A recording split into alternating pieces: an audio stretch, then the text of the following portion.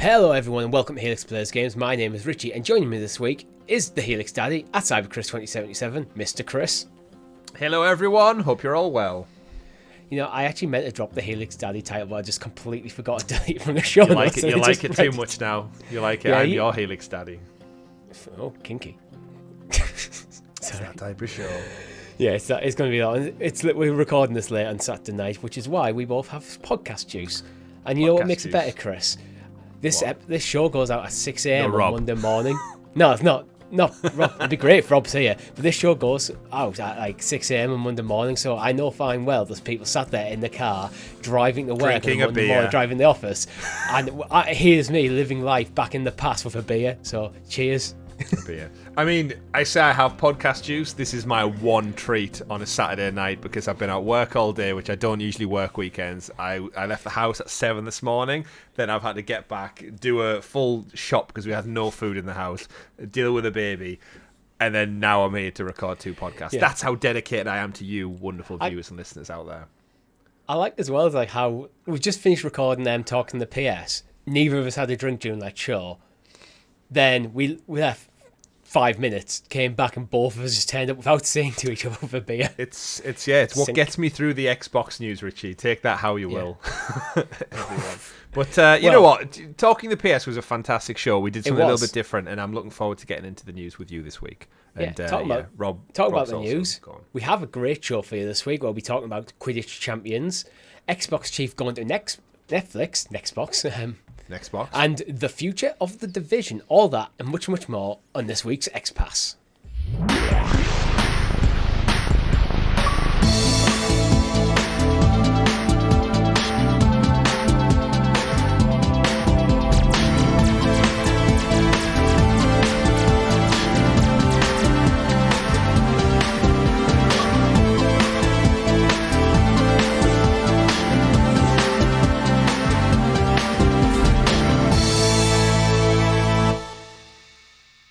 But before we get into it, if you haven't already, make sure you subscribe to the channel or your podcast feed of choice with notifications turned on so you're kept in the loop of all of our great content here at Helix Plays Games, such as Talking to PS, where Chris, what did we talk about in Talking to PS? Because we did something a bit different. Oh, we did, Richie. We thought, let's break down all of these secret PlayStation studios who they're all working on classic AAA games and we know nothing about most of them. So we went through it studio by studio, piece by piece, and broke it all down. So, ideas, theories, predictions, and it was a great episode. We got a little bit of news in there at the end, but I'm excited too. We'll have to do it one day for Xbox when they finally get all the cylinders firing on. So if you're looking forward to the PlayStation news in tomorrow's episode, fast forward to about 55 minutes into the show.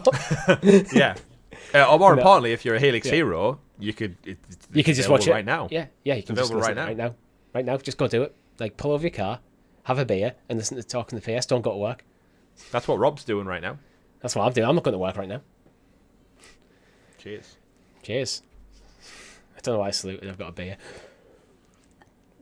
Anyway, enough about beer and Talking the PS. We also have our weekly live streams where this week, Chris, you, me, and Rob, we all jumped into Minecraft Legends on Friday. We did. From Xbox Studio, Mo Yang, Minecraft Legends, the third entry in the, official entry into the Minecraft world. We had OG Minecraft Dungeons, which was the dungeon roguelike crawler type game. Now we've got Minecraft Legends, which is I best described it as Age of Empires meets Minecraft from a third person perspective. And I did say it during the live stream, actually, there's the Telltale Minecraft Season 1 and 2, which is a very story focused, character driven game. Wonderful fun if that's even still purchasable. I don't know what's going on with Telltale right now, but back to Minecraft Legends. Yeah, we had a great time. We streamed this Friday for about 2 hours. We played the whole thing, the three of us, from right off the bat, getting used to the game, learning the tutorial, the ropes, coming together as a unit, as an army to take on the piglins in the underworld. And I had a great time. It's one of those games, after doing our first look, I've had that little itch all day today while I've been driving around in my car at work on a weekend. I've had that kind of urge to, when I get home tonight and I've had my beer, I might sit down and have a cheeky little chip away at some more blocks in Minecraft Dungeons. Minecraft Legends, in fact. How about you? I really enjoyed playing Minecraft Legends with you and Rob. it hasn't sunk its teeth into me in a way where I'm looking forward to like playing it again on my own. Where oddly enough, like some other recent streams, like Elden Ring, I went back the next night to actually go again. Literally the next morning after the stream because I wasn't satisfied with where I left the stream off. That sunk its teeth into me. And that when me and Rob played Valheim, I played a bit more of that. I like Minecraft Legends. I don't think I love it, but I've never been into Minecraft myself. It's a good game that is not for me, but playing with you and Rob, I'd be happy to do another stream. No bother at all. Yeah, I think I approach it from a slightly different tack because I have a lot of love for Minecraft. I've sunk many hours into building things in the original game. As I said, I've got the platinum trophy, I think, in both Telltale Minecraft games. So I'm a bit more entwined in that world, and I'm also a massive Age of Empires fan. So it kind of ticks a few more boxes for me than I think it did for you and Rob necessarily. So I definitely recommend if you're a Minecraft fan and an old school fan of the good old RTS games, Battle for Middle-earth, Command and Conquer, that style, you'll probably really attach yourself to this. And again, it's very family friendly, so if you've got little ones out there, it's on Game Pass, so it's included. Go fill your boots. Or more importantly, go check out our first look, because it's available on the channel now. Yeah, do both simultaneously. Put us up and play the game at the same time. See if you can do better than us. But other than that, Chris, been playing anything interesting? I spoke about it on Talking the PS. A little bit of Sackboy: A Big Adventure, which I'll talk about tomorrow more on that show. But in terms of Xbox, it's pretty much been FIFA. In between looking after baby, it's 20-minute matches here and there into the early hours or at night. But other than that, no. As I mentioned last week's show, I did install Rise Son of Rome, but I want to keep a pin in that for a live stream on the channel when its anniversary rolls around. So, no. But I guess Minecraft Legends as well. So I have been playing some things on Xbox. Yeah, for me, it's just been obviously Minecraft Legends on the stream. FIFA's just one of them I just chip away at literally all year round, and so I'll probably buy the next FIFA and continue. Pretty much for indefinitely. Every year I'll probably buy the new, because I put enough hours into FIFA every year to make it worthwhile buying the new one. Like I'm probably over 100 hours into FIFA. You won't be buying FIFA this year though. No, I won't. It'll be esports football FEC WXYZ kick. Kickball, man. The game of kickball will be. That's actually a different sport. That is a different sport. Yeah. That's FIFA's new entry, Kickball 2023. Not Kickball aside, it's just been Octopath, which it's a big game. It doesn't look like it should be a big game, but it is a big game. I thought it come on a tiny little cartridge. It does. It's a tiny little Nintendo Switch cartridge. But you know when you see the kind of the art style, the kind of 2D the kind of 2D 3D art style of it, you kind of just assume that it would be a smaller title, but it's not. It's massive. It's a huge game. Good old JRPGs. Yep. You just it's one of them. When you save the game, go, oh shit. That's how much I was off of this. See the save file size. Yeah. There goes my life. Yep, indeed. Every one of our viewers and listeners can appreciate that. We've all been there, right? Yeah, we've all played games where this when you've saved your game, like that, how long you've been playing has actually caught you by surprise. But it's a game that I have just because there are smaller kind of like vignettes. It's almost like 8 short stories in a single game, plus a massive map to explore, plus side quests and stuff. You kind of just can't get lost in it. So it's one of them games that's easy to pick up for an hour or two. Yeah. And when you do that for weeks on every day for weeks on end, suddenly the hours add up. Mm-hmm. But enough about that. Chris, would you like to introduce us to the excellently exuberant, excavated Xbox expose, aka the news. The news, and as always, our news is brought to you by our Helix Heroes, which you can join for as little as 99p over on our YouTube channel. It gives you early access to shows such as Talking the PS. Occasionally we'll throw over early access stuff, such as when I fought Magritte the Fellowman. That went up a week early for our members. It does eventually go to non-members as well, because we don't like pay-gate content. And you get custom emojis, stickers, badges, and Rob's love when he can be bothered to not be working and come podcast with his friends. Wow, that's throwing the gauntlet down right there. Yeah, shout out to the Helix Heroes. Yeah, shout out to the Helix Heroes. You guys are awesome. First news topic of the week Halo's longtime franchise director has left Microsoft to join Netflix. Netflix. The audacity. They're making some moves, Richie. They are. That's kind of my fault with this. So we're talking about Joseph Staten. He recently announced that he was Staten, whatever. I don't know. I think it's Staten. Staten. It is Staten, yeah. Yeah, he's leaving Microsoft, and he's announced that he'll be joining Netflix. Wow. To direct some TV shows, or? No, I think he's going to be directing AAA games from Netflix. So Netflix have been dipping the toe in games, but it tends to almost be like kind of these weird kind of tie-in stuff to their franchises and stuff, and like kind of these more mobile, portable titles. Not actually cloud gaming. That was the confusion we had before. Yeah, you could download mobile games from the gaming tab within the Netflix app on your phone only, not your TV. Yeah. And then they've dabbled in gaming TV shows like Bandersnatch and stuff, which was like multiple choice, almost like Telltale-esque. But then they have given a directive that they are going to enter the void of cloud gaming. And we saw over our years covering Google Stadia that would they become a serious competitor? And snapping up Halo chief Joseph Staten, he's left Microsoft after nearly a decade, and he's helmed games like the fantastic Halo 2. He's worked as a developer on Destiny as well. So this guy comes with some credentials, and to leave Microsoft and 343 to go to Netflix, it gives me big vibes, for better or for worse, of Google acquiring big names like Jade Raymond and Shannon Studstill and starting to acquire studios. Because remember, they picked up, is it Night? What they're called off the top of my head. Night Studio, Night Owl Studio, Night House Studio. They've just announced Oxenfree 2.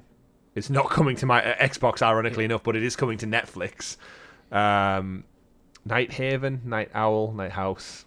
The chat will know. But either way, he's gone to work over at Netflix, and it's a big move for him, and I'm guessing there's also a big check or a big monetary contract gain in there to go and head up essentially AAA games on behalf of Xbox Game Studios. Game Studios, Netflix Game Studios, in fact, Chris.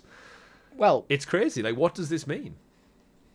Well, I mean, video games in terms of entertainment media is the growth. It's not just the biggest growing kind of vertical compared to like TV and like movies and stuff like that. Gaming is the one that's growing the fastest, and it is also the largest. So it makes sense that Netflix would want to get involved in that. So getting like veterans of big AAA gaming publishers involved to almost. I'm assuming his portfolio is not going to be little like indie games that focus on things like Stranger Things to kind of put out there as a kind of tie into your Netflix subscription, but to almost set up a Netflix owned third party AAA game studio. Yeah, that seems like a good potential opportunity to just build your own studio from the ground up with the financial weight of Netflix behind you. Well, that's it, isn't it? Night School Studios, by the way, was the one I was thinking of. They were bought by Netflix a while ago. It was one of the first forays into buying like proper game development studios, which is, again, leads us to that conversation of like Oxenfree 2 coming to PlayStation, Switch, PC, mobile, and Netflix, but no Xbox. So I don't know what's going on there, but there's something weird. But I digress. To the point, Netflix, we know they stream. It's what they do. They have millions and millions of customers, and they make money, albeit not as much money as they probably want. They usually report losses, and projects get cancelled and shuttered. And one of the things I've always discussed on a few of our shows in the past is that Netflix really don't have anything to fall back on. Amazon have a logistics service and their whole AWS network and Twitch and such. And Disney they no longer have the entire a monopoly. Disney thing. Especially since Disney Plus moved into the space, they no longer really have a monopoly. Their market share has shrunk. Undeniably. Yeah. And then there's everyone else who's trying to get into this game. And almost them diverging into video games is smart business, a lot of people would argue. It's taking I guess in a way what Google Stadia didn't have. Google had the tech, but they didn't really have the user base of people who consume content on Google. Like, they've tried music, they've tried podcasts, they've tried a multitude of things, and they couldn't make it work with YouTube. And yet, I feel like Netflix, because they already have that position in a lot of people's homes, they already have people logging into the app on a daily basis to watch content.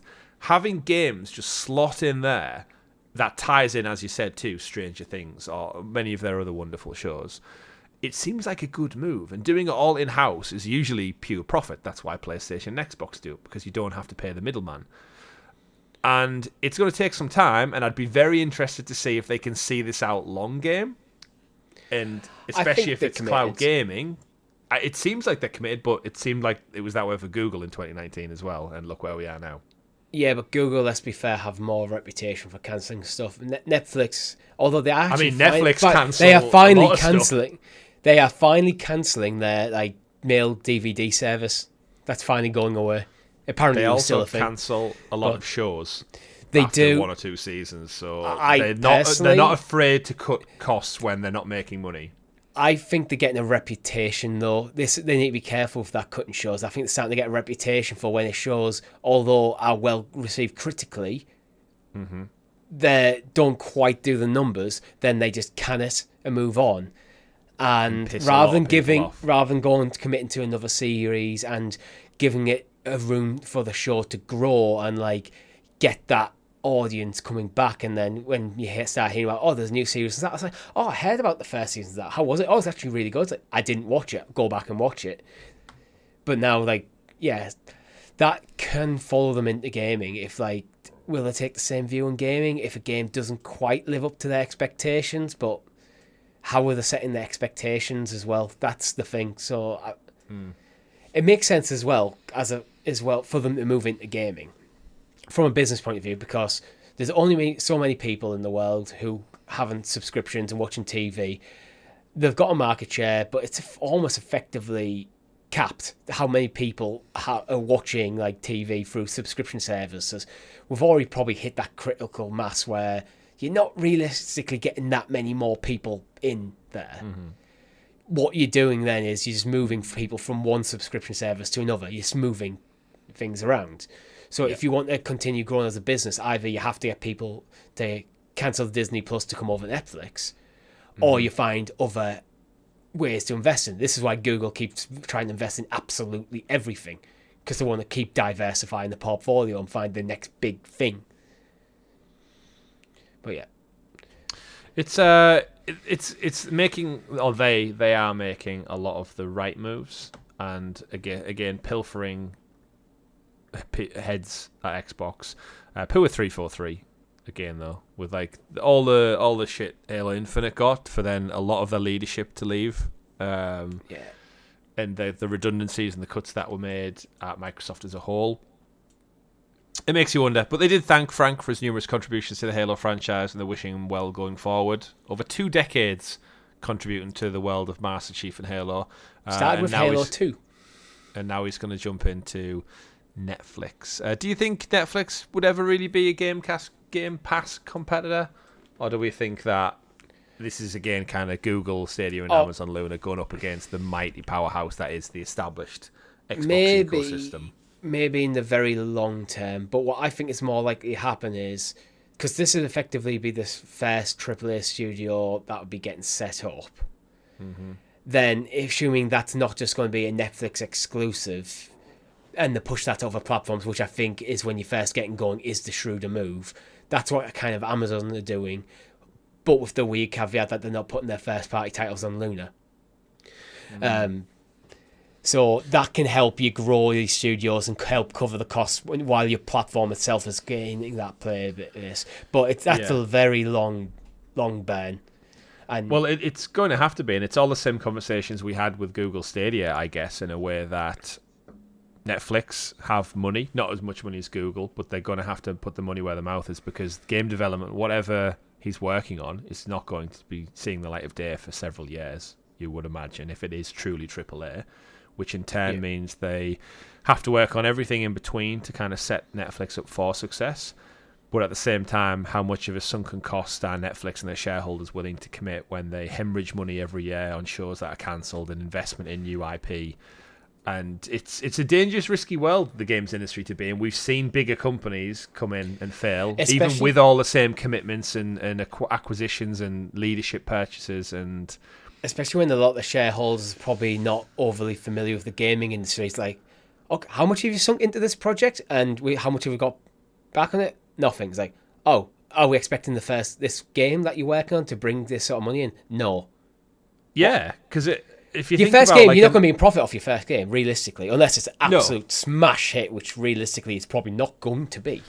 And then this goes back to the cat and the horse scenario we talked about with Google, that they should have acquired studios, they should have been building up their portfolio, doing third-party deals for a long, long time, purchasing Ubisoft, we've thrown about numerous times too, and then Netflix is doomed to repeat the same thing where, as you said there, they're going to sink. What a AAA games, you're talking $200 to $300 million. That could pay for several for an established shows. Studio, Yeah, for an unestablished studio, you can assume that the costs are going to be higher. Yeah, I mean, you can make it on a budget. Control was made for less than $100 million, if I recall. So it's not saying that you can't, but for an inexperienced team, you're right. That $300 million could be spent on making several seasons of some new shows, which Netflix shareholders are going to say, that money could be better spent doing our bread and butter material, which is the shows, which is Netflix. Shorter turnaround time. Yeah, and they pull in new audiences. Yeah. Whereas the risk is, here's our new game. It took 4 years to make. Did we see a boost in subscribers? Not really. What do we do from here then? We spent $400 million on a game. It took 4 years to make. We've made profits of $100 million on that game. And we've gamed 10 subscribers. Yeah, in fact, you're probably, again, I think in your first game, you're probably going to the assumption should be that you make a loss overall. But you've established the studio, you've established the brand, you've established whatever IP you're doing, and if it does well, then you've got something to build on. So then in the second or third games, that's when the studio starts turning a profit. Yeah. It's gaming, because it's with such long cycles to develop your product and get it out there. And the assumption you should always have is your first game is not going to be like how excited we are for like Jedi Survivor. You're not going to have that as your first game. Everyone's going to be looking at it and go, okay, what's this? You're not. Everyone's going to be holding off for reviewers to get their hands on it of your first game because it's an unknown quantity. Games are expensive. Yeah. You pointed out a good thing there, which throws us back to a great episode of Side Quest we did, talking about that. I think Netflix would really benefit from having that synergy they've seen with the Witcher sales and CD Projekt Red's boon in Witcher 3 sales of like jumped 300% every time a new season starts. That makes sense, but that's a known quantity. I would love Netflix to be able in several years' time to get a Stranger Things game out or a Wednesday game or whatever it may be, but it's time and dedication that they don't have the studios, and it goes back to making me think, if they really want to commit to this, like we said Google should have done, they should go out and acquire Ubisoft. Multiple studios, multiple IP, and then every Assassin's Creed game has a tie-in Netflix Assassin's Creed series, and that's the type of synergy they want. But I don't think you're going to get it by just hiring one or two people and starting from scratch. You need to acquire a known quantity of games that can have some output. Yeah, absolutely. Joseph Staten could be your head of gaming, and then you buy Ubisoft. Or something like Ubisoft's actually a really good one because they are probably gettable. I don't know if Stranger Things content exists. They've got established IP, which this could translate over to Netflix as a series. I don't know if Netflix have the money to buy that, but because it is an established studio, it'd be easier to get it through the shareholders because you're going, look, this is how much money this Ubisoft makes every year. And they get assets as well. We're getting we're buying the assets, we're buying the people, we're still all the publishing channels, we're still going to publish this everywhere, but we're getting the IP, which then we're going to turn into these shows. So the studio is the purchase would effectively pay for itself with every up-and-coming Division game, every Assassin's Creed game, every Far Cry game. That's going to slowly pay off the purchase. Yeah. But then you're going to go, we're going to make an Assassin's Creed like TV series. It's going to be 10-hour-long episodes. It's going to focus on Altair. I feel like that has been confirmed, actually, a Netflix Assassin's Creed. It might be, yeah. I feel like that is a thing. But then you're completely right. That known quantity brings IP for your existing business, which is TV shows. You get a Rabbids cartoon animated series. You get a Rayman animated series. You get a Splinter Cell live-action series with all the Tom Clancy stuff. The Division you can even have crossover with Rabbids and Mario.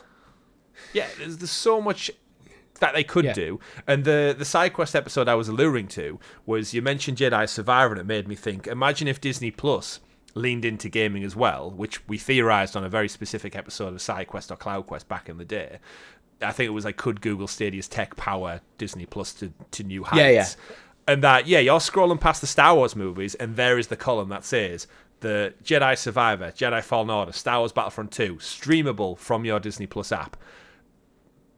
That's like that perfect synergy, and Disney don't obviously have to do it in-house, but it's the same theory we're getting at, where there's your Assassin's Creed series, next to your Assassin's Creed game, click a link, boom, it's powered up, and it works. And it is such a shame, Richie. I mean, everyone, after you finish watching this and having your beer and watching XPass in the lay-by somewhere on your way to work, go watch that episode of Side Quest, because it's a really good episode, and it's a shame that Google have basically thrown in the towel with their game streaming tech. So that idea we had of, this was around immersive stream for games, so that was the kind of principle of it. Like, Disney could use immersive stream for games, tie it into Disney Plus. They have all this IP, and in fact, they've already got games as well. Talk about games. Jedi Survivor, Chris. Yeah. So Jedi Survivor appears to have a ridiculously large download size on Xbox Series X. About 140 gigabytes on Series X and 44 on Series S. Damn, that is something to shake a cloud gaming server at that size. My thought on this, though, is the difference between the consoles is like, how much better is the game going to be on Series X? If it's like 100 gigabytes more space required, that's a lot of assets. It's more than 3 times. It's about 3 times the size. I don't. It's not being a developer that I don't know where that extra thing is. It like, where does it come into? You would imagine, because of things like maybe the DualSense, you would have more on the PlayStation side, or is just the Xbox harder to define things for? I don't know. That's a lot, isn't it? That's like several games unto itself. Extra. On the PlayStation 5 is 147 gigabytes, so it's slightly bigger than the Series X. Okay. So that's kind of in line with what you're saying, but only 44 on the Series S? It's like, because we heard rumours before, like developers basically were complaining about the Series S almost holding this generation back. Is this an example of it? That's 100 gigabytes of content in one way, shape, or another. That is stuff, 100 gigabytes of stuff that is not there on the Series S, that is on the Series X and on the PlayStation 5. So this is that weird middle ground, isn't it? That the Jedi Survivor does not exist on the PS4. Like, no. It's not a thing. So it's skipped an entire generation. And I'm sure the reason it looks so gorgeous and all the gameplay we've seen is because it's utilising the power of next-gen tech. And to think that there's like they've moved the sliders very much all the way down to the bottom just to ship this thing on the Series S it's a reality that probably people at Microsoft don't want to exist. They've put out a inferior device to clearly go for the market on price. And it's worked for them. Like, so many people have Series S's, and it's a wonderful piece of kit.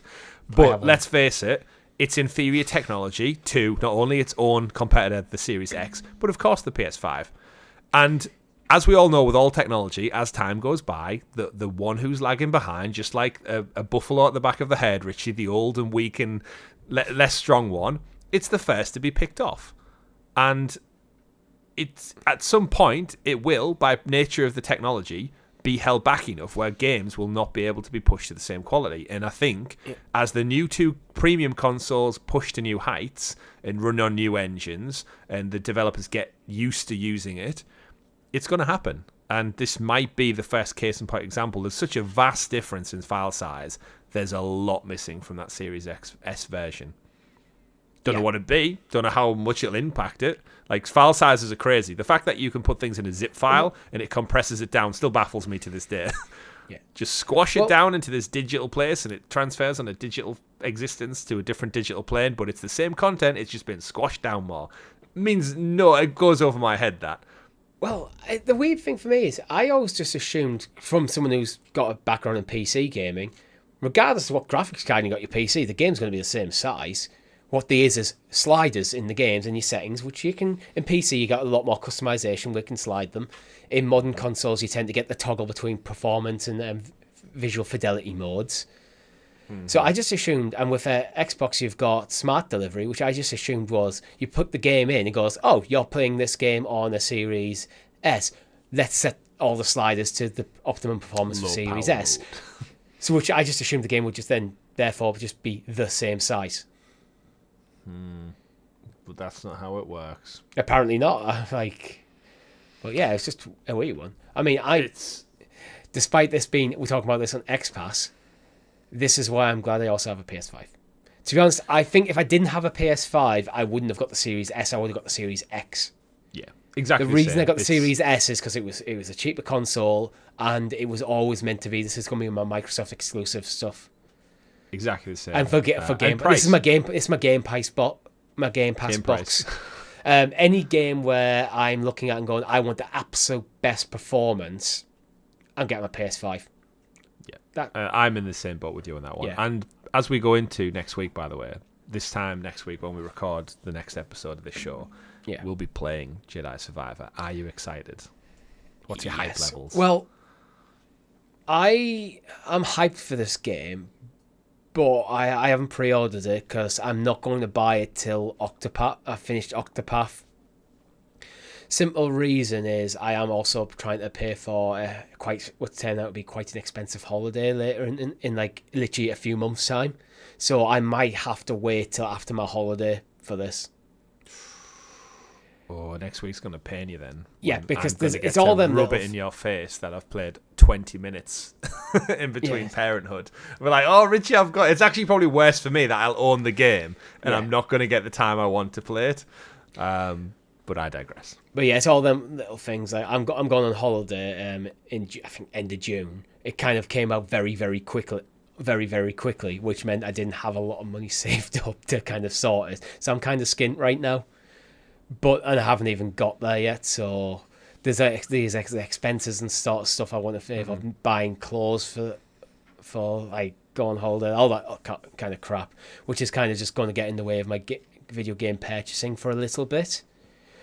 But I have Game Pass and I have PlayStation Plus, so I've got. You're not going to be short of games. No. It just means that I'm not going to be playing Jedi Survivor day one. I'm not going to be playing Tears of the Kingdom day one. Really? Even for Zelda? I feel like the temptation's going to get you. I don't think so, because I think Zelda hasn't answered any of my criticisms of the last game. I think it looks like an amazing game, but I'm still not in love with the whole overly sandbox elements of it. There it is, folks. Well, I'm hyped for Jedi Survivor. It was always going to be my game of the year candidate.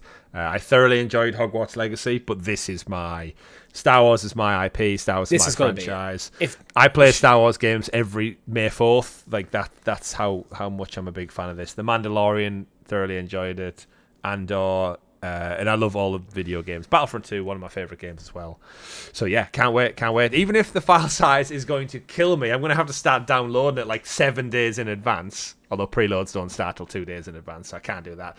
Why isn't this in the cloud, Richie? I was playing Jedi Fallen Order in the cloud every year. I got like a third through the game on our streams. Yeah. And now I have to install 147 gigs with my shitty internet. Damn you. You also tend to work from home a lot. So it's like I work in the office. I drive into work every day. I could just on my phone, literally. I do this all the time with games. I'll be at work and go, oh, we're streaming Minecraft Legends. Pull out my phone on my lunch break and then just set Minecraft Legends downloading from my phone. Xbox downloads it, come home, it's there. But I could just open Stadia up on my phone, Richie, and play Jedi Fallen Order in a second. And the sequel never made it. What you doing, Amazon Luna? Yeah. What are you doing? Come on. Let's get some new games out there. And again, Xbox, let me buy the games on Xbox outright and play them in the cloud. That's another thing they rumoured last year, was the Xbox were working to not just use Game Pass games in the cloud, but purchase titles available in the cloud. Because that's when they're starting to get on that level playing field of what we've experienced in the past with Google Stadia. Of like, yeah, if you want to buy a game a la carte, buy it on the Xbox store, play it in the cloud, play it on your PC, play it on your Xbox, anywhere you want in this ecosystem. That's when they've cracked the nut for me, and I can buy FIFA on Xbox and play it anywhere I want. Because at the moment, I have to play on the console. Indeed. And download so many gigs, Richie. So many gigs. Minecraft Legends we played the other day. I had a problem. The cloud game version wouldn't boot up. I texted you ahead of us going live on the live stream saying, is it not working for you? I couldn't get into the servers. I installed it. Whole game, 10 gig. 10 gig, Richie. This game, Jedi Survivor, is nearly 15 versions of Minecraft Legends. 15 versions of that game could be fitted within the download size of this one game. It's huge, yeah.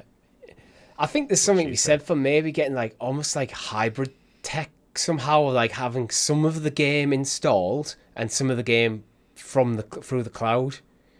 Mm-hmm. And finding ways for like cloud and like local playing to kind of work in synergy. Because the thing is, one of my criticisms over this generation of console is as soon as I saw like the hard drive, the SSD sizes, went, that's not going to be enough. When games are expected to get bigger and bigger, like if you play this in Call of Duty Warzone, that's it. You're pretty much done. Yeah, pretty much. But you know what isn't done, Chris? The Division. It's not. The Division Heartlands has recently got an extended gameplay showcase featuring survival features and much, much more. Chris, did you watch it? I didn't watch it. I caught up on some kind of recap videos. And the Division's one of those games that's got a soft spot in my heart. I got the Platinum Trophy on the Division 1. I think Division 2 was too difficult for me in the dead zone. I couldn't... The damn PvP. I hate other people online. I'm just not good enough. And although I did put many, many hours into it, we've done a couple of streams on the channel, actually. The Division is my perfect... It's almost like my equivalent to Destiny, where I've never really got into Destiny for the grind element, but there was something about the Division. As well. It's probably just the third person, yeah. It's why I enjoyed Outriders quite a lot. It does it for me, and the fact that they announced Division Heartlands, it's the same world as the Division, it just takes place in a rural America, in a small town. I think it's called like Silver Creek or River Creek or something. But it's the same premise, just within a different location set in the same world, and I believe it's supposed to be free to play. There's a closed beta coming later this year, but they've been quite radio silent on it, as Ubisoft have been with a lot of their content. And at the Ubisoft Forward, that's part of Jeff Keighley's Summer Games Fest, I'm hoping they're genuinely going to come out with maybe like a stealth drop release, because I believe it was supposed to come out last year and it got delayed and pushed back, and a couple of other projects got cancelled. And we're getting to a point now where we're hearing about XDefiant news, we're hearing about Division Heartlands news. They also announced as part of the showcase the Year 5 content for Division 2. So this is a game that they called Wraps on, and then it was so popular, they actually came back and said, actually, you know what? We're going to give you a 5th year of the Division 2. And then COVID happened, pandemic, it delayed everything, and it's almost took the wind out of its sails a little bit, because Ubisoft seem to be struggling on all fronts right now. But it was announced, they showed you the content drop, they showed us a roadmap, and the Division 2 is probably going to see quite a good resurgence. And for Ubisoft, they kind of need this win. They've gone back to the well with an existing franchise, and I'd hope to see a Division 3 announced at some point in the next year. I think the world's ready for Division 3, but I think they need to get Heartlands out first. I mean, so reading it's from a free supplement to the main one. Yeah, reading from GameSpot, the video offers a first look at Heartland's survival gameplay, which deviates from what players might be used to in The Division and its sequel. In Heartlands, players will need to protect the town of Silver Creek while navigating streets packed with enemies and enduring the deadly day-night cycle. The Division Heartlands also features a class system including a weapons expert, medic and survivalist, each with unique abilities. Ubisoft notes that players will be at an advantage when working together and communicating effectively. Another mechanic shown off is its dehydration feature, which is frequently present in survival games. So it looks like they're taking the kind of baseline of the Division, but then adding a lot of like features that you typically appear in like survival games, things like a Valheim. I'm immediately picturing the Division meets like State of Decay. Almost, where we need to do those survival elements. I hope they don't go too hard on it, because I sometimes think the survival elements can get in the way of the fun that makes up a normal video game. You're almost like trying too hard to survive, and you're not enjoying the game. You're just looking for resources and not dying. I think that's, if you're into hardcore survival games, you are, but they're not for everyone. But what are your thoughts about them like experimenting with the formula? Because this also looks a bit more class-based than the Division. I mean, the Division, traditionally you do have your different classes that you buy into with like whatever weapon type you opt for, and your own kit build, essentially. Yeah. It makes sense if it's a free-to-play. It's kind of similar to what we see in these hero shooters, where you have your different classes and people always have a preferred way of playing. They want to mix it up a little bit, obviously, but I don't think they're going to stray too far from the given formula that is the Division.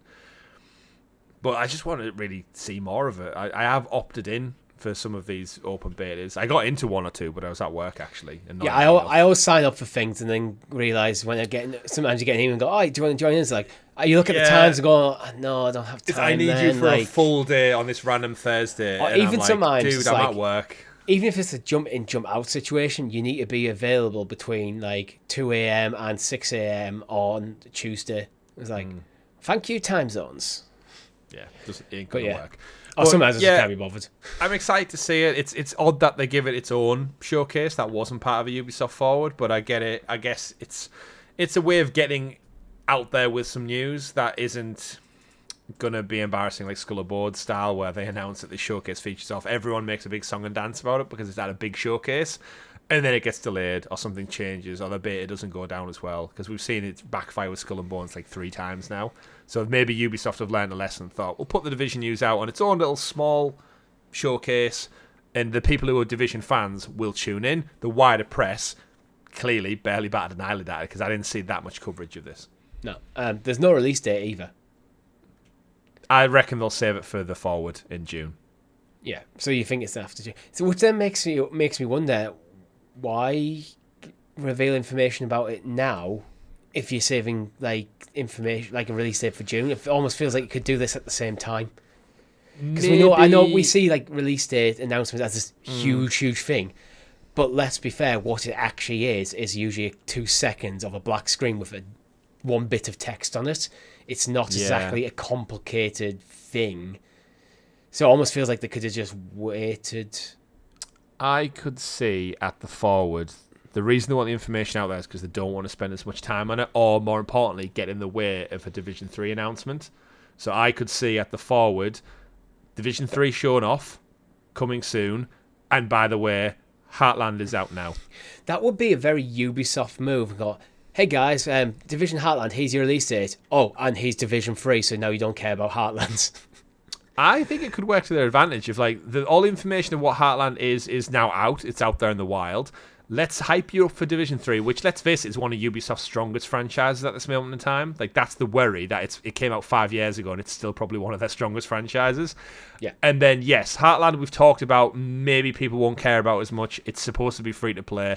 It's available now. Go fill your boots, get your fix, and get hyped for the Division 3, which will be out next year. Or we'll have more deals on next year.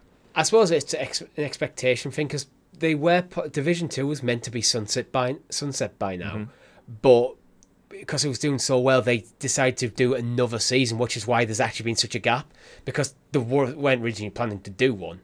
No. So this Heartland was probably what they were viewing as something to bridge the gap in time, potentially between 2 and 3. Yeah. The Division should have been Ubisoft's Destiny. And unfortunately, they didn't have the foresight to commit to it. Like, once you come out and go, we've got a 10-year plan for Destiny. And then, we would be halfway through the Division's plan if Ubisoft didn't constantly put things out. This shouldn't have been a numbered sequel. It should have just been the Division universe. What I would do, I mean, I talk about something similar on Talking the PS tomorrow, but what I would do is I would try and aim to bring out a new Division within the first maybe 2 years of any console generation, and then you maintain it for the entire length of the console generation. So then when the next console comes, people are ready to go, you know what, I'm ready for Division 3 now, I'm ready for Division 4. I've played this game a lot. They've made the money through the season pass and stuff. There's still some stragglers probably still playing it late in the console lifespan. And then you get everyone to buy the next thing on a new engine, you've upped the graphics and everything. You've updated the gameplay, new story, fresh games, just a complete refresh. Yeah, and then you start the cycle again. And that's how I would run games as a service. Like that. It makes sense. Yeah, but you target the start of the console generation because then you can support for the entire thing, and then you have the time to work on the next title because you've literally got an entire length of a console generation to do it. Yeah, and you get in the doors with the early adopters as well. But I, for one, Richie, can't wait for Tom Clancy's Multiplication to come out. Yeah, but you know what isn't a Tom Clancy game, Chris, anymore? XDefiant. So XDefiant, do you think it could actually be good? Because there's currently in the beta is over 1 million players. Is there though?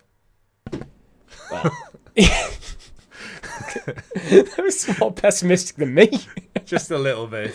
I don't know. I'm totally not sold on XDefiant. It's like Rainbow Six Siege, but without the fun elements. Yeah.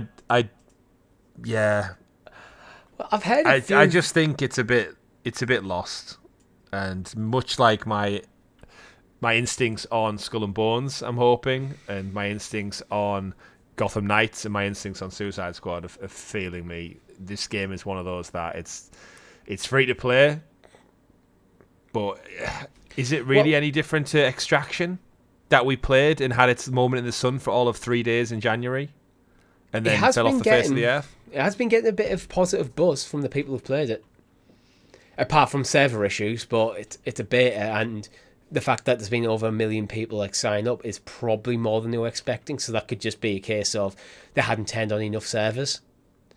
Remember Hyperscape? Yeah. Well, no, actually I don't, because I never played it. I did a little bit. But yeah.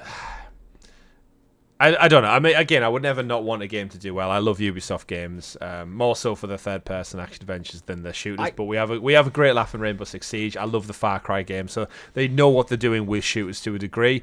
I just think XDefiant it's falling in that middle of the road. Ubisoft don't really know what it is or what its identity is, and the fact that putting out free-to-play means they're relying on cosmetics and season passes. And I just don't think it's showing enough for anyone to merit paying a monthly fee or a bi-monthly fee for this. But if it's a multiplayer game, is that just not the only way you can realistically monetize stuff now? You can't. Otherwise, you have to go. It's going to be a $60-$70 title. Then you bump heads straight away with Call of Duty. It's like, why would you buy this over Call of Duty? Where if it's free to play with a season pass, one, they have the potential to earn more money out of you. Hopefully not in a predatory way, because I don't think season passes necessarily are, as long as they're done well and it's clear what you're getting for your money. Yeah. But it also means that people are more likely to jump in, because I can tell you now, like if XDefiant was a paid to buy title, we probably won't play it. No. Unless we happen to have Ubisoft Plus for something else.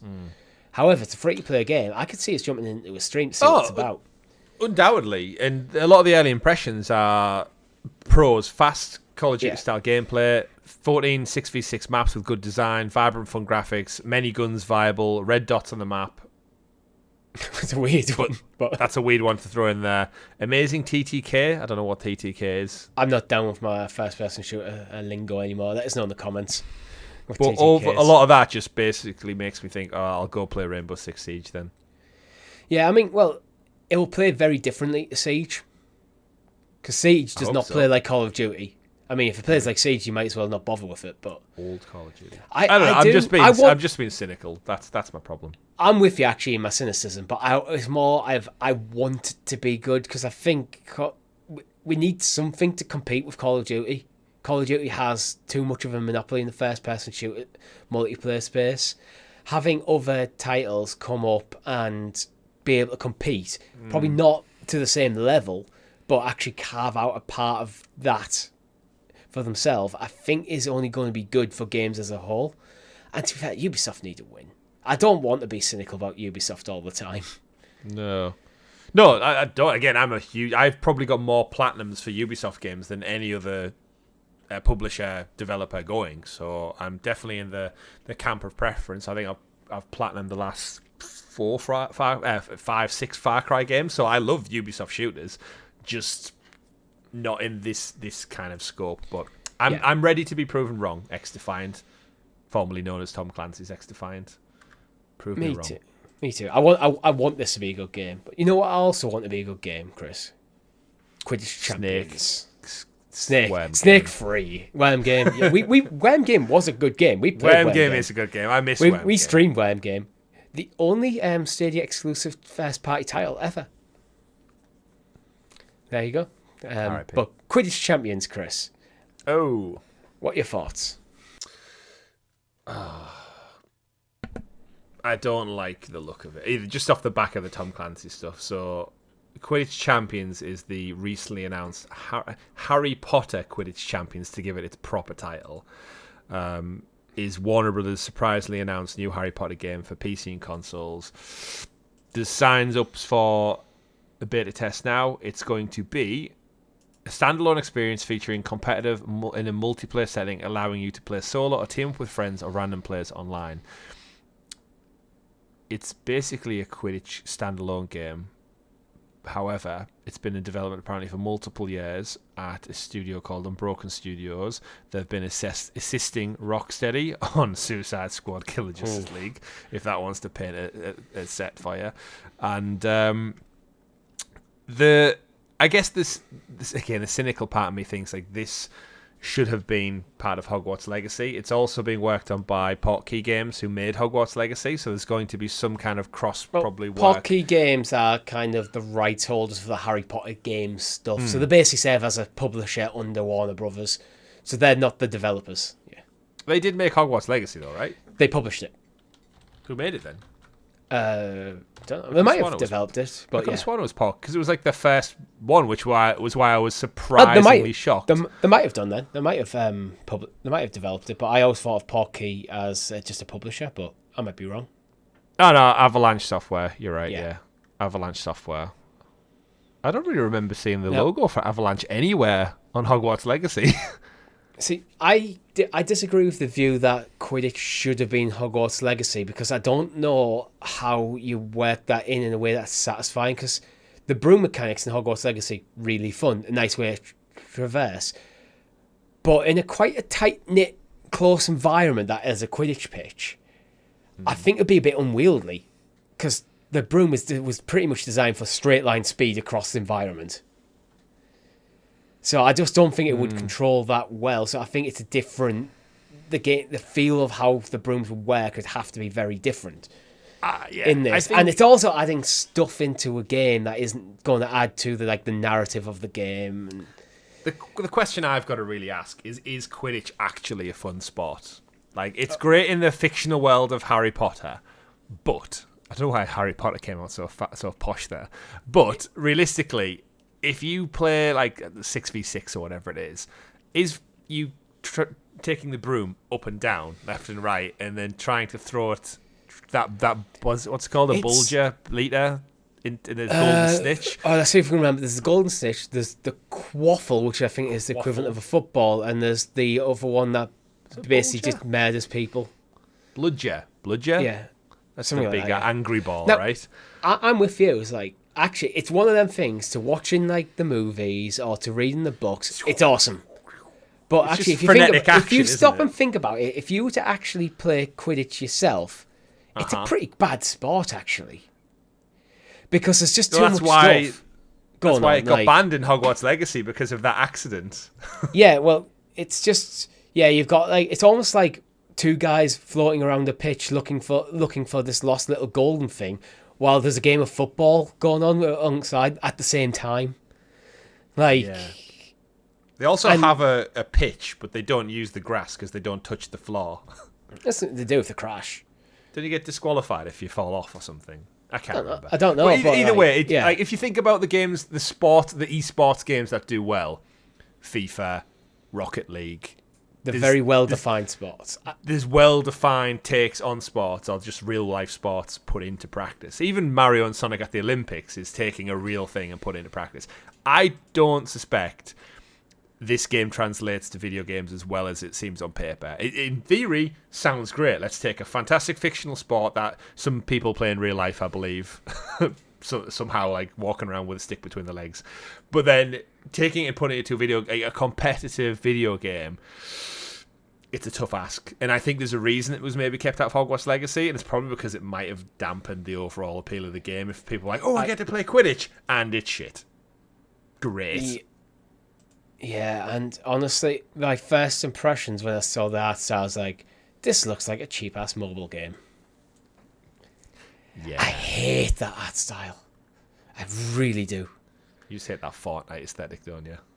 It works for Fortnite, but for other things, it just feels like a cheap cash, and it's like it has no creativity. It just feels like flat and lifeless, and just ugh. Like, you know what I don't like about the branding is adding Harry Potter to it. I feel like I get the books of Harry Potter and the etc. etc.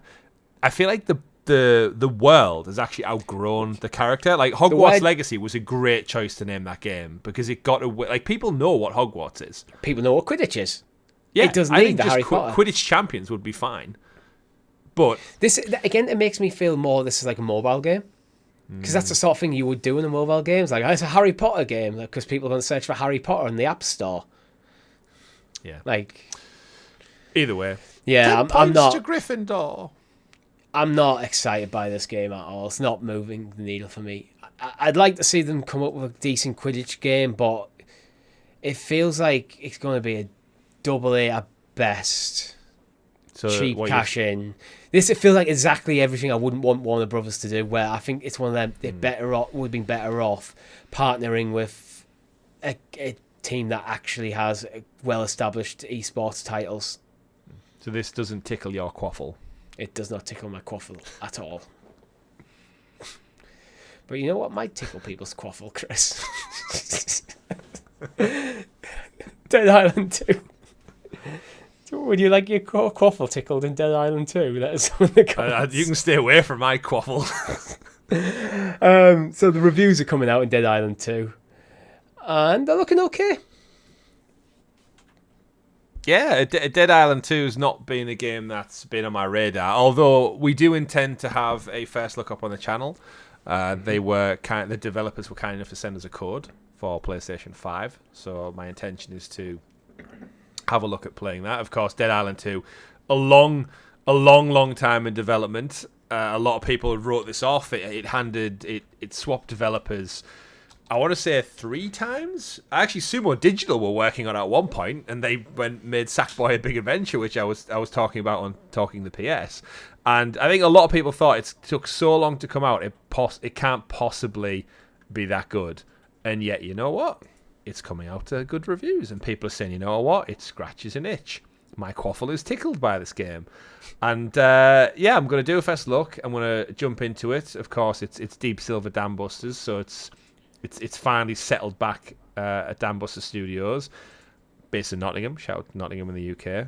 And I'm looking forward to it. Just something a little bit different. It's not something I've played in a while. I did play the original Dead Island back in the day, and it bugs me to this day that I've got 1% trophy completion on it because it crashed on me about 2-3 hours in, and it was one of those crashes that pissed me off so much I just put the game down and never went back to it.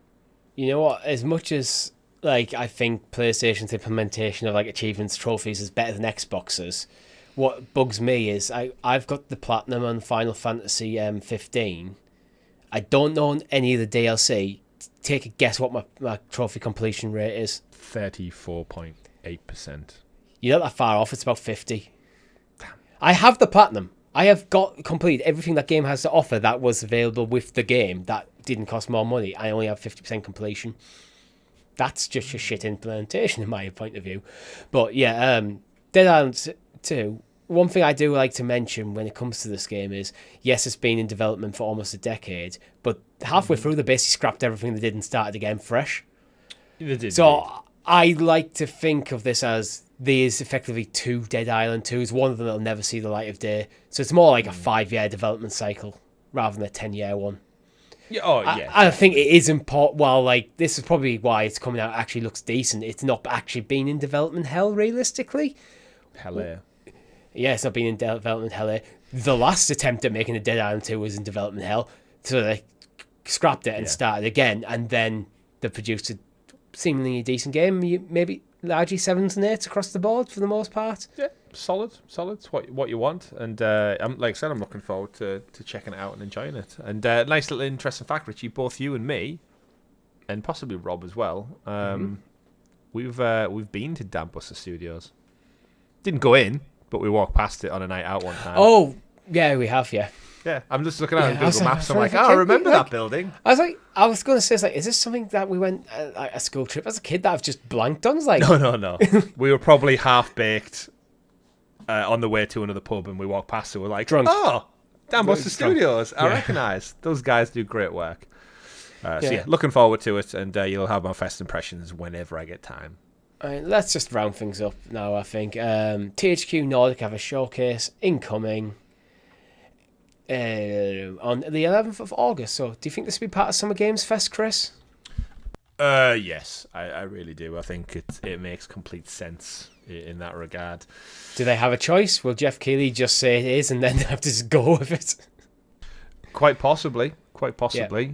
It's one of those things. It's anything around that time. Jeff Keighley's probably just going to embrace it anyway, whether you want to or not. He's just going to put a tweet out that says it's part of our show, and he does a great job of it. Indeed. Dambuster's part of THQ as well. Yeah. Is there anything particularly looking forward to seeing from THQ this summer? Time Splitters. God damn it. It's been so many years, and they acquired the IP, or they already had the IP, but they rebuilt Free Radical Studios from the ashes to make this game, and we've not heard a peep. And the world is set for a Time Splitters reboot, remaster, reimagining. Hell, give me a Battle Royale at this point, because Time Splitters kind of already had that back in the day. And the characters, the whimsy, it's a great game, and give me it. I think, but that's it. Other than that, I don't really care for the SpongeBob games. All of the other little interstitial things, Destroy All Humans and stuff, doesn't really do that much for me. However, Time Splitters, you got me. I don't. There's one thing I do want to see of, because they are apparently working on the South Park game, which I'm definitely interested in seeing something about that. Yeah, they teased it with like those random little pixel images, and that was it. But the main thing I'd want to see is a game that makes me look at THQ Nordic as a publisher, as developers ready to step into the big making AAA games, to stand up alongside the third-party AAA developers like your Square Enix, like your Ubisofts. At the moment, like your Activision Blizzards. They've only really got what Darksiders, I'd say, is probably arguably their biggest, like in terms of quality IP, and maybe Biomutant was their biggest push into top quality. But aside from that, they have a lot of titles that have a lot of stuff. Not everything they have to do needs to be like big AAA, but I want them to see them come out with their version of like an Assassin's Creed. What is an Assassin's Creed like caliber game by THQ Nordic? Absolutely. Show me something that gets me... Basically, just show me something that gets me excited. Rather than going, that looks fine. Yeah. It's when you look around at other games made from like brand new studios and smaller studios, and like Plague Tale, Innocence Requiem, smaller thing, absolutely smashed out of the park. Stray, Kena awesome. Bridge of Spirits. These are all games from studios that are so tiny, and yet THQ, with all their money and the power, SpongeBob's probably their biggest IP.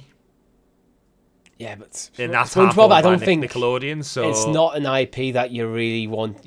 I'm looking at going, this is going to be our Assassin's Creed. This is going to be our Far Cry. This is going to be our Final Fantasy. Well, yeah, it's going to sell well. SpongeBob's got that, but it's going to sell well to a younger audience, not a mass market. Like, I want to see a game that makes me go, okay, I'm interested. I'm excited to see more of this in the coming years. Let's really give me something to be excited about. I agree. So hopefully either that, or just announce that everything you're making is coming to Game Pass, because this is XPass. So that'd be awesome as well. Give us Time Splitters. Yeah, give us Time Splitters. But with that, that's all we have time for this week. If you haven't already, make sure you like the video, subscribe to the channel or your podcast feed of choice. We're ending because Chris has ran out of beer. We have a Discord server down below in the links in the description, so you can join the conversation. Let us know in our Discord server on the comments of the video if you're watching on YouTube. what would you like to see from THQ Nordic? What is it the thing that is going to get you excited by a THQ Nordic game?